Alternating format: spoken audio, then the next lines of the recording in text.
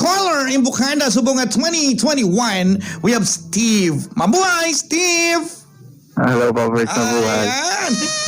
Steve, may problema ka. Alam ko yan eh. Pati sa ano gani? Love life, Papa. Love life. Papamate ka mo. Ikaw ba, Papa Prince? Papa Prince, Pwede ka pa utwas? pwede ka pa utuwas? Sige. Steve! Talk to Papa. What's your problem? Actually, Papa Prince, may problem ako sa love life. What about your love life? Pamilyado ako, Papa Prince. May asawa? When you say pamilyado, kasado? Married? May kabataan?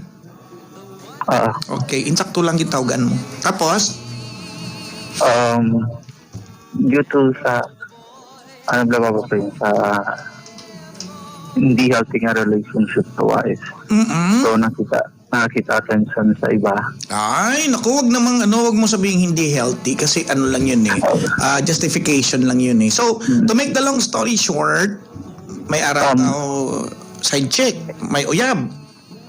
Hindi man sa uyab, Papa Chick. Though, fall lang. Kaka-fall ka pa lang.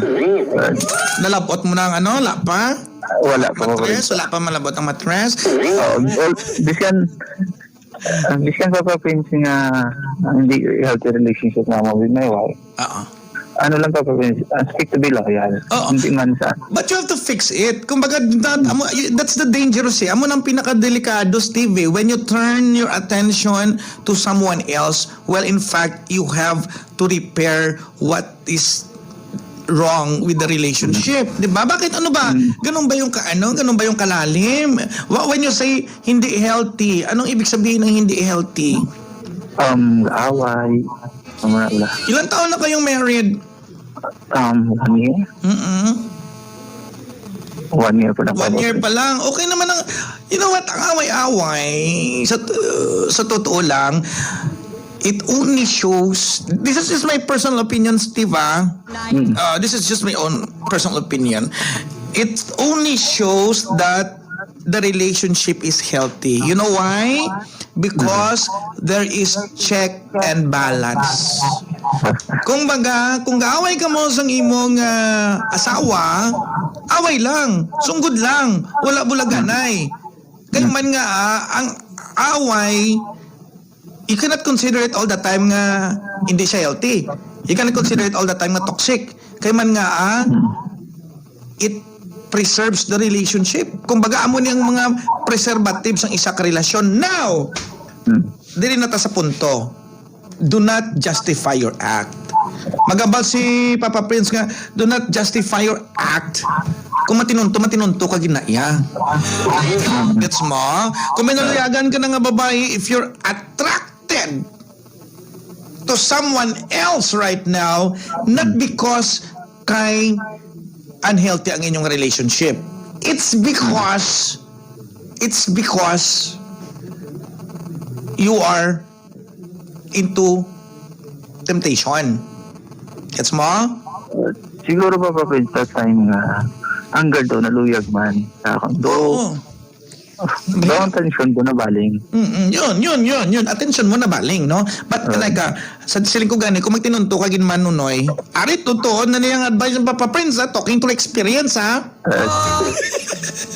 Una, dapat buo ang loob mo. Okay? Ikaduha, hindi paghimo ang rason ang imo nga asawa kay nagtinunto ka. Be fair. Diba? Pero why ko gambal nga matinunto ka? Diba la?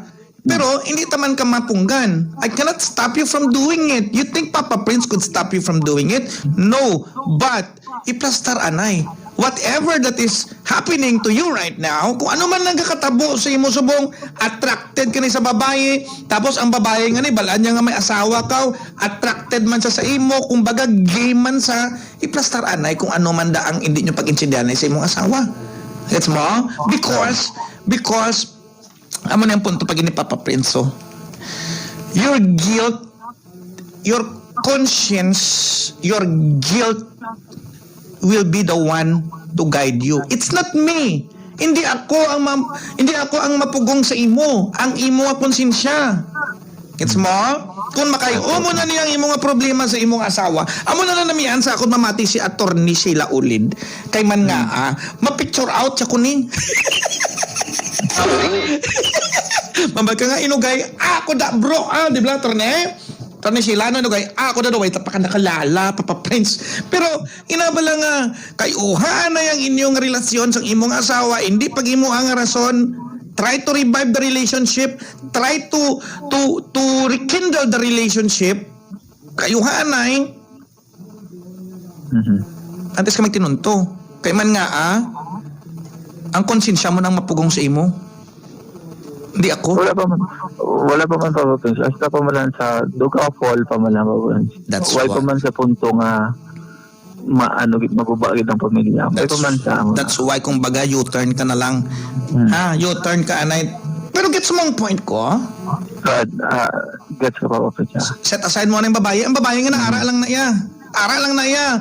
Kung totoo nga determinado sa mo, ara lang na iya. Gets mo? You can tell her honestly, I want to fix my marriage first. You can tell her honestly, I want to repair whatever is going wrong with our relationship with my wife. I have kids. Gets mo? And then, you know what? Things will be easy for you. Pero siling ko gani. Kung matinunto ka ginaya. Maybe not now. Maybe tomorrow, the next day, the next week, the next month, the next year. But, it's a no-no nga himuon mong rason ang imong asawa kay nagtinunto ka. Be fair. Kung matinunto ka man lang, be fair and be gentleman. Pero pati ako bla, way man niya lango-lango sino ganin ni Steve ha? Your conscience, your love should be bigger than temptation. Dapat ang imong nga pagigugma mas dako sa temptasyon. Pero sa lingko gani, that's why kinanglan mo anay kayuhon para mapamalaan mo nga mas dako ang pagigugma mo sa tentasyon, pagigugma mo sa imong asawa, sa imong nga pamilya, kayuha anay kung ano ang kalayuhon mo. Gets mo? Pero mga away-away nga natutod na ma-agree man na kamo sa hindi. It's one of the preservatives. Kumbaga, it preserves the relationship. Sunggod-sunggod. Hindi po silingon kay pag-away ka mo, mag-away ka mo, post mo dayon sa social media, post mo dayon sa Facebook, mag-away ka mo, istorya mo dayon sa babae nga na. Kay for sure mahulog gina ang buot mo. Mahulog because you are at your weakest emotion. Gets mo? You be careful. You be careful. Namin mag-istorya tapos giniminom ta no? No? Gets mo ang point ko Go home later. You have a nice wife, a lovely wife. 1 year pa lang kayo. Nakasal, tama? You have children. Pila ka bilagin mo kabataan? Isa pa lang po. Isa pa lang? Try to fix if there's something wrong with the relationship. Try to revive, rekindle. After all, hindi naman ganong kalalim. Normal lang yun sa mag-asawa, ang mag-away. Okay? And then, what happens next? Kung ano man ang mangyari, if you give in to the temptation, at least,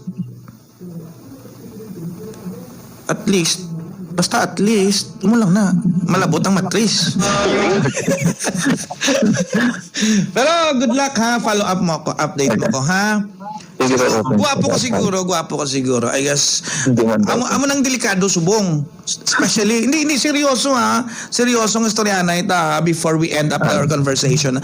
Amo nang delikado subong, kay man nga, not all, but those women, you listen to Papa Prince, who are mature enough in a relationship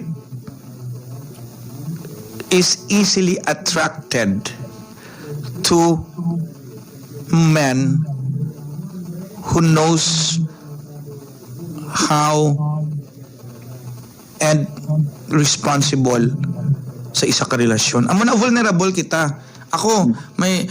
Ako, ikaw, kasado, mas vulnerable kita sa mga babae kay man nga Mariyak naman ka mo mga girls.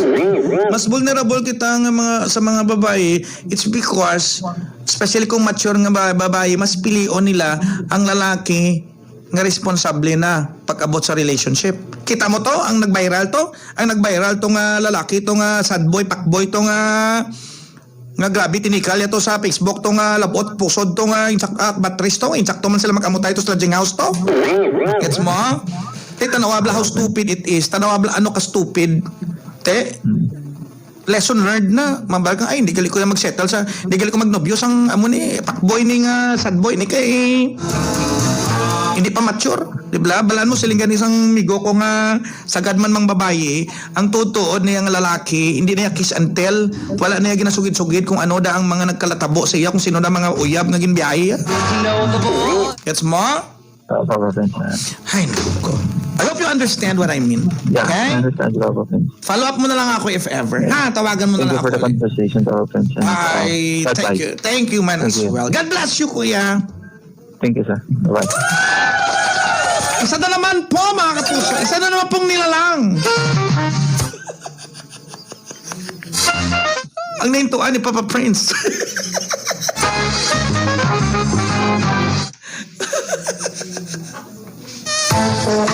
Sa Talk to Papa. Pero seryoso, pagbalik sa Talk to Papa, i-text niyo ko 0998-385-6422. 0998-385-6422. Anong ulihin yung ginawayan sa imo nga asawa o kon partner, live-in? Anong ulihin yung ginawayan? I want to know. Chismisanay tanay sa barangay 93.5. Morning.